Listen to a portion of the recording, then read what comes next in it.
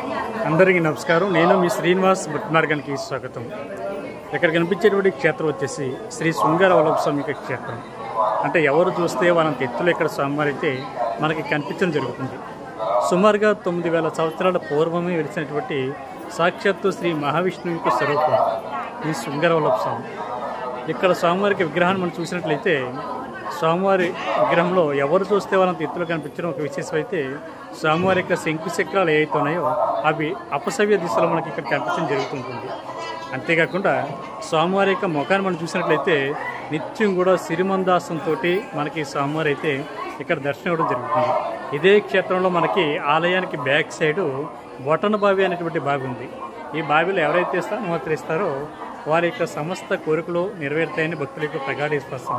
సంతానం లేని వారికి సంతానం, విద్య, ఉద్యోగం, ఐశ్వర్యంతో పాటు వాళ్ళ మనసులో కోరుకున్నటువంటి పవిత్రమైనటువంటి కోరికలు ఏమైనాయో అవన్నీ కూడా నెరవేరుతాయని భక్తుల యొక్క ప్రగాఢ విశ్వాసం. కాబట్టి ప్రతి ఒక్కరు కూడా ఈ తొలుతురుప్తి గ్రామానికి ఇచ్చేయండి.